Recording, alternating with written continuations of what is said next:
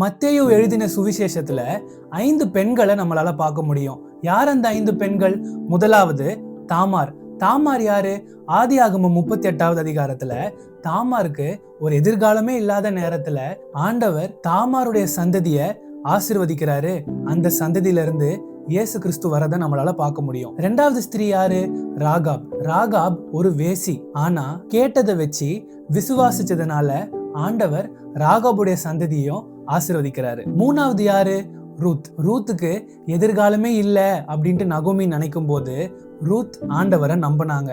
அதுக்கு பலனா ஆண்டவர் ரூத்துக்கு ஒரு நல்ல வாழ்க்கையை அமைச்சு கொடுத்து அந்த சந்ததிய ஆண்டவர் ஆசீர்வதிக்கிறாரு. நாலாவது யாரு? உரியாவுடைய மனைவி, அதாவது பத்சேபா. பத்சேபாலும் அவங்களுடைய கணவன் இறந்துட்டாங்க அப்படின்ட்டு நியூஸ் வரும்போது தன்னுடைய வாழ்க்கையே முடிஞ்சிருச்சு அப்படின்ட்டு நினைச்சிருப்பாங்க. ஆனா ஆண்டவர் பத்சேபாலுடைய சந்ததியையும் ஆசீர்வதிக்கிறாரு. கடைசியா பாத்தீங்கன்னா மரியாள். மரியாள் யோசேப்பு திருமணம் செய்யறதுக்கு முன்பாகவே கர்ப்பமானதுனால ஊரே அவங்கள பார்த்து தப்பா பேசியிருக்கோம். இவ்வளோ ஏன், யோசேப்பே இந்த திருமணத்தை கேன்சல் பண்ணிடலாம் அப்படின்னு நினைக்கும் போது ஆண்டவர் யோசேப்பு கிட்ட போய் பேசி பிளானை மாத்தி விடுறாரு. இதுல இருந்து என்னங்க தெரியுது? இந்த 5 பேருக்கும் நம்பிக்கை அப்படின்றது ஒண்ணு இல்ல.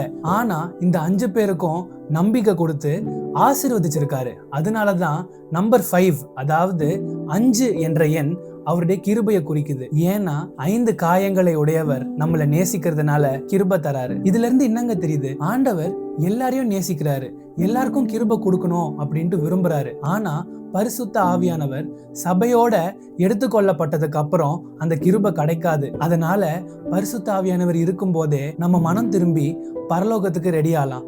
சிந்தித்து பாருங்க.